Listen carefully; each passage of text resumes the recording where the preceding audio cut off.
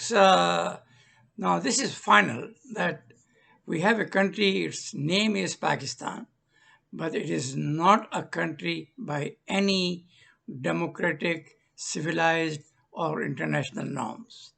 It has broken every law, UN Charter, international laws. I mean, so much so that if any Pakistani go to the World Court in Hague, they can get a stern resolution on the actions which Pakistan current government under the GHQ gang is taking. Now they have taken the bat away from PTI, which has never been done in the history of democracy, and it is done by three gangs of Supreme Court judges. The Chief Justice, which has the same mentality as Nawaz Sharif, who has 3 flats in London, while his wife was only a school teacher and now is a billionaire, and they have joined hand with GHQ to make sure that PTI does not come to power. But it is not about power now. It's about, do we really need this country, which has broken every law of its own land, have routed the constitution, and now have very strange meaning of party elections. They took away the bat, claiming that party elections of PTI were not held according to their constitution. I mean, what does the government or election commission has to do with a party election? If party has no election, like the rest of the 30 parties in Pakistan, it is the people who's going to vote for the party they like or they think is appropriate and can do something or can save the country. Whether it is PPP, Nawaz, PTI, or any other smaller parties, the people, they know their symbol signs. They know the sign of PVP, the line sign of PMLN, and the JUIF and Jamaat Islami and all that. They vote based on this because 40% of the voters are illiterate in Pakistan and they only know the sign. So this conspiracy of GHQ, along with election commission, which was totally uncalled for.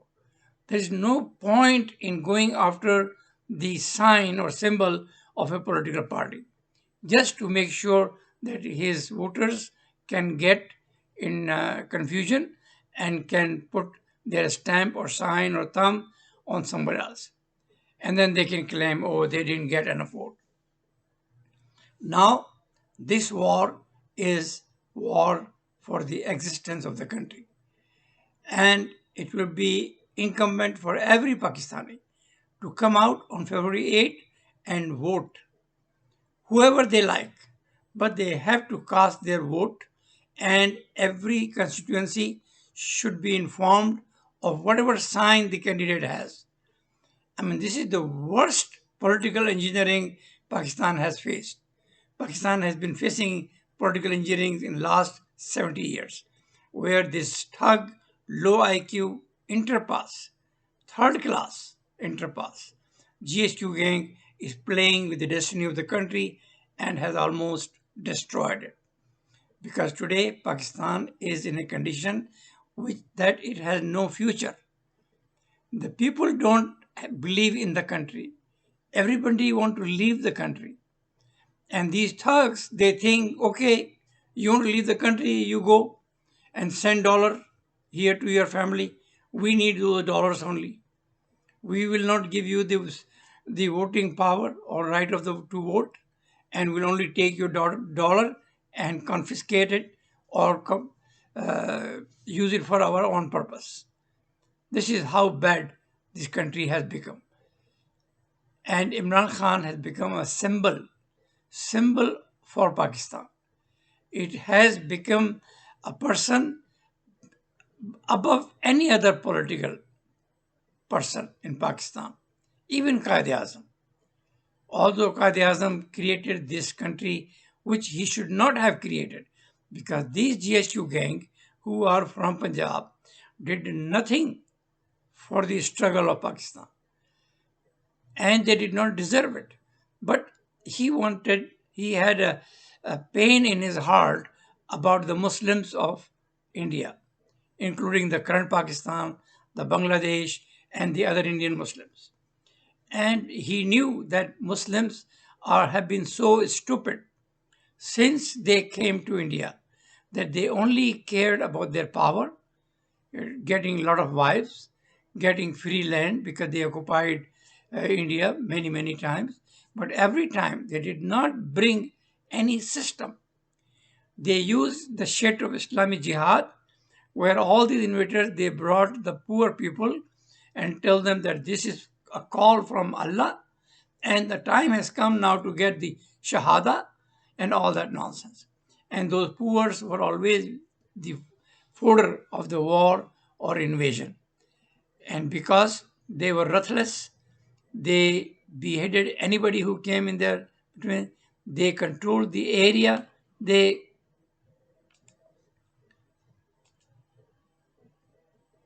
controlled the area, and they were only interested in making harams and some places these stupid mosques which only created brain deads. I mean, there was not a single educational institution established by Muslims. Every institution was established by Hindus, by Sikhs, and when the English came, they brought the high class education in India. They brought technology, they brought science, they brought democracy, they brought human right, they brought rule of law, you name it. And even then, these Muslims who were controlled by feudals and these mullahs, they did not care anything. They thought that we are having fun and we'll keep having fun. Who cares about the poor? That is why the Muslims of India became poorer and poorer, less educated than less educated, and they were not expert in any profession except agriculture, except some food industry, except some clothing industry. But the management and the control of the country went in the hands of Hindus because they learned English, they understood English, and they passed every criteria established by British to go into civil service, to into government jobs, to any management, schools, colleges, you name it. Everywhere we'll see these Hindus excelling and shining. Great writers evolved in that time. Great professors evolved in that time. Even the great poets came out in that time from Hindus. From Muslims, they could hardly present anybody. Except in 20th century, we have this idiot Iqbal and couple of other poets who were really more interested in Islamization than the modernization. And that is why when Iqbal, he wrote a letter to Jinnah and said that we should look into the benefits or advantage of Sharia system. That means that a stupid wanted to put a Sharia system in Pakistan, which only works for corrupts, for caliphs, kings, and mullahs. There is not even a single law which helps poor in Islam. Poor for Islam, they are only war foders. They only want to use. That's what this GSU gang has done. They created so many terrorists from poor families of Pakistan, from the northern areas, from Pathan, Pashtun, Baloch, you name it.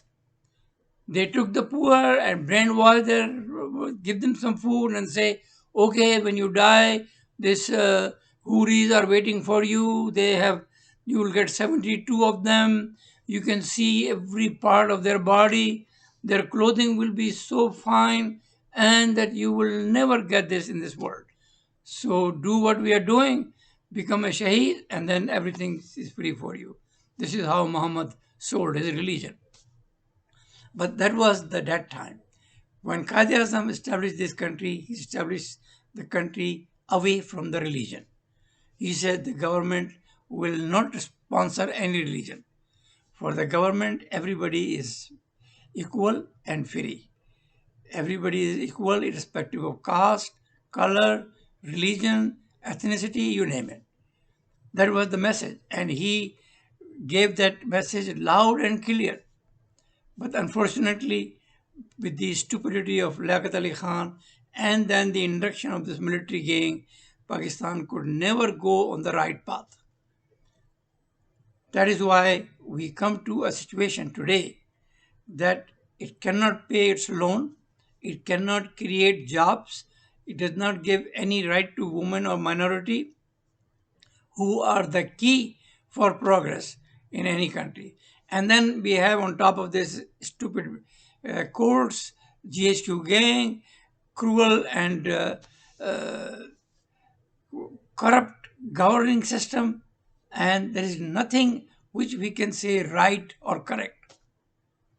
And all these weaknesses in Pakistan are because of religion and because of this country selling itself to Arab interests, become Arab slave and be treated as Arab dog. And we have wasted almost $200 billion on going to Hajj and Umrah shit, which is not even correct or real, because Mecca is fake. Medina is haram according to Prophet's saying or according to Islam. It should be erased. And there is not even a single Pakistani who should go and waste his life saving on this shit of Mecca or Kaaba or whatever it is, because this is all fake. Now, today, the Saudis have made it a business metropolis, and the hotels rates are more than the rates in America. And they say the hotel window, which opens towards Mecca, is more expensive. Like as if you are kneeling down for doing useless ritual, seeing the Mecca, then you have to pay more. This is how they are fooling the Pakistanis. And really fooling very well.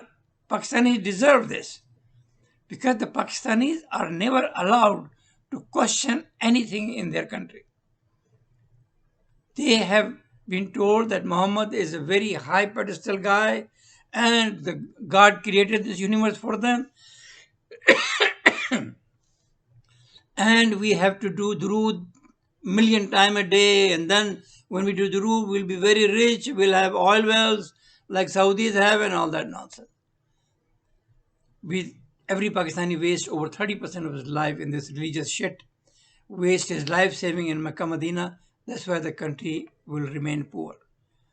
You won't see any senior financial planning in Pakistan, because the senior has no money. The system is like this, that the person, he works all night for his family, and then in the end of life, whatever he saves, he goes spend in Mecca, Medina. And they say, now I have done all the farais, and now I only have this left, and I want to go see Allah. See Allah is really the most funny thing in this world. Because when these people, they die, they go to in a grave, and then there is no Allah. There is no Munkar Nakir coming, asking, do you know Muhammad? And if they say yes, then they spend your grave to 70 square feet. Like God has some extra land in imagination. I mean, everything is in imagination. Somebody asked a mullah, you said there will be a close Qiyamah, but so when we die now, where do we go? He said, no, God has created another imaginary place. It's called Barzakh. That's where we go. So then how about the punishment? They say, yeah, you will be punished. But how could you be punished without being convicted? I mean, this is really such a funny religion which allows only the crooks to be more crooks. And the poor only get poorer, because the religion does not create job. Religion is about slavery. is about wasting time in the name of Allah and Muhammad and praying in the night, tahajjud praying, nafal praying. I mean, there's so many prayers. And then I saw one mullah, he said, oh, ye Allah ka bada karam hai. God is so great that he has given us the chance to kneel down. And at the same time, they say, oh, if somebody go to Makkah, they say, oh, Allah miyan ne bulaya hai. God has called you. You only can go there when God calls you. Allah miyan call kar. There was one video I saw yesterday where because of it was raining heavily, and there was one woman who was circling Kaaba. So the mullah wrote a caption. He said, God has selected that day only one person. And she was so blessed that she was the only one rotating around Makkah. I mean, the rotating around Makkah really makes no sense at all. I mean, this is a tradition Arabs had for thousands and thousands of years. And Islam continued that. But it makes no sense. Safa Marwa, we know, is fake. If anybody has doubt, he should listen to Ghamdi, another mullah, which tells half-truth. Because these are all made up. There is no Ghar Hira. This is all made up. This is all crazy stories created by Sufis and Shias. And unfortunately, Shias, who are more educated than Sunnis, their mullahs are more crooked than Sunni mullahs. They will make so many stories about Ali, Hussein, Hassan, although they all were corrupt. They all were womanizer. Muhammad married 23 times. He had unlimited slave girls at his disposal. And he sent a special ayah.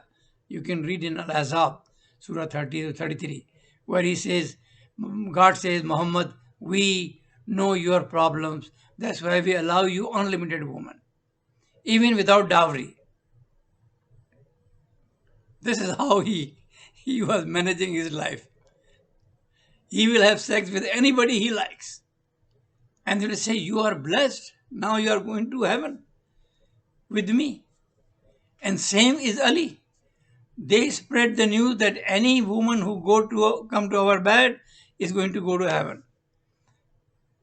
Ali's son Hassan, he married 90 times. Even Ali said to the other people about him that don't give your daughter away. Only Hussein had like 3 or 4 because he died young. But he probably will end up having 200 if he had become a caliph or somebody in power. Ali married 32 times. And then all his imams, which you see, his sons, scores of time. I mean, that was their pastime. Womanizing is their main character. And they said everybody that, oh, any woman who comes in my bed is under me is going to heaven. And his family is going to heaven. I've seen it, I've told previously, we had one TV anchor who also had become a mullah. And anybody he marries, he says, my wife is Najibut Tarfain, means is from the family from the man's side and from the mother's side. Well, there's not even a single person in Pakistan or in India who is from the family of Muhammad. But they all use religion. They say, oh, his third wife was Najibut Tarfain. Was Sayyid. Later, when she made a case against him because he wanted her to be a porn star so he can make more money, then he said, I am not Sayyid. This guy made me Sayyid. This is how crooked they are.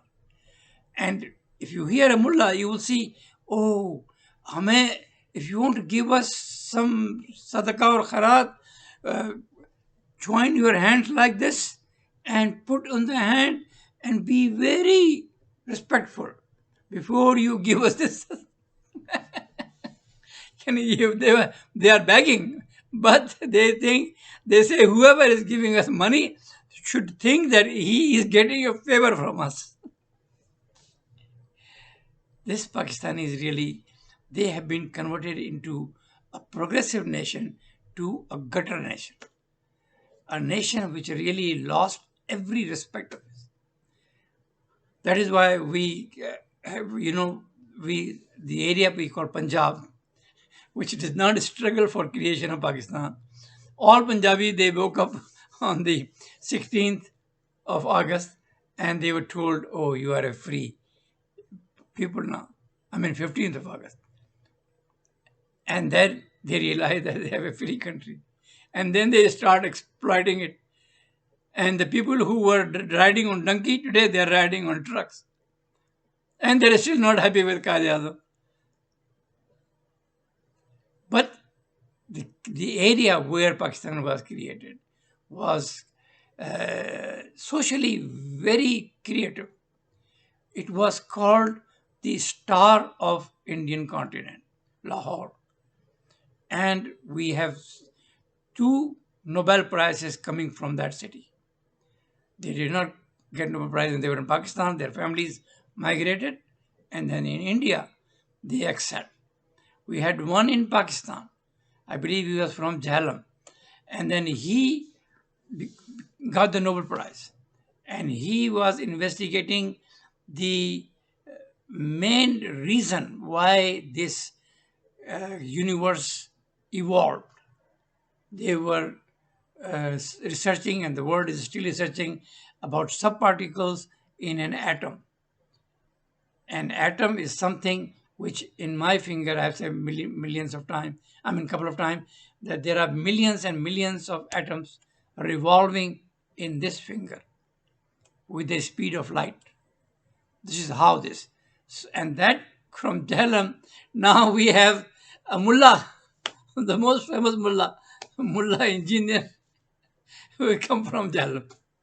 Instead of following what Dr. Salam has done, he was so smart that his thesis, when he was in Interpass, the thesis he wrote, today's MS cannot read it, cannot understand it.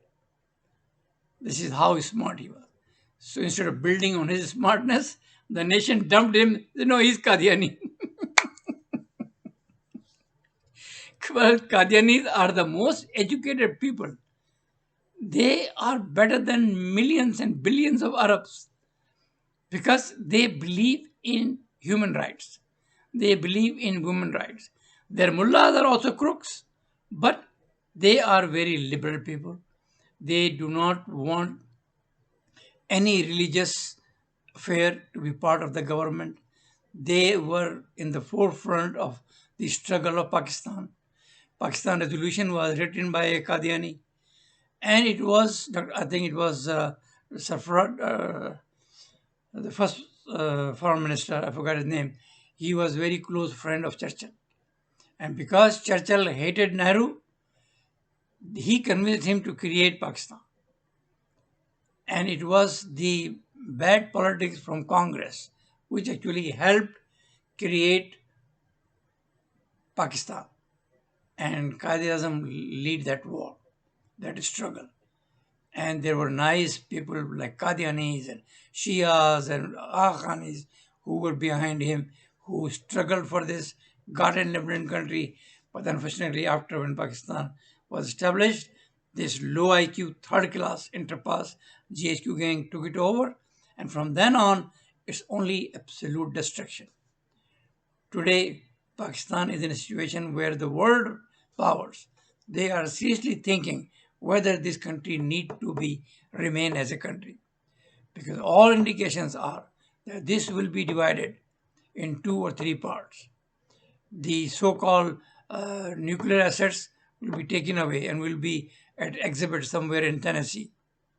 Tennessee they already have. This time maybe it will be in California. Because the nation failed totally. They cannot feed their people 2 times. They cannot give them education. They cannot give them human rights. You cannot say a word in Pakistan against Allah, who is an imaginary deity, does nothing. But people are killing each other in the name of Allah, lying every day using Allah's name, doing everything wrong and crime using Allah's name. every office in Pakistan, which is the most corrupt in the world, has a very simple saying, this is from Allah. Haza min fazli Rabbi. Means everything they are doing, Allah's approval is there. How could you allow such a country to be part of the international community, where every terrorist you see in this world has a link with ISI? Every bad thing happening in the world comes from Pakistan. Every unthinkable thing in democracy, like not holding elections on time, violating constitution, and now doing the worst decision ever by taking away the symbol of one political party, only from Pakistan. And the GSQ gang is behind it.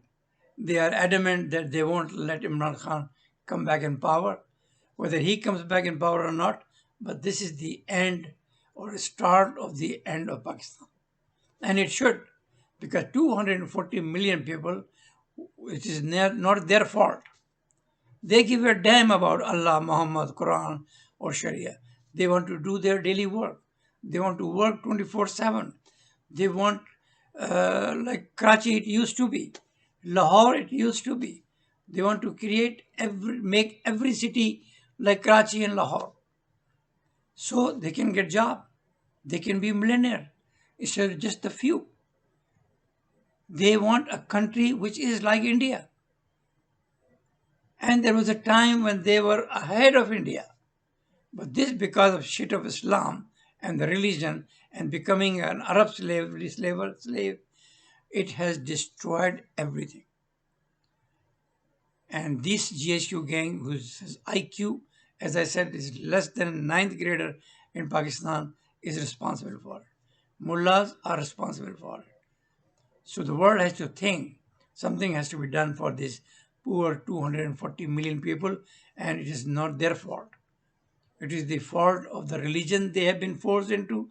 It is the fault of the GSQ gang, who has been using and misusing and misusing and misusing every time with a new drama. Unnecessary. Starting war, unnecessary. Creating issues, unnecessary.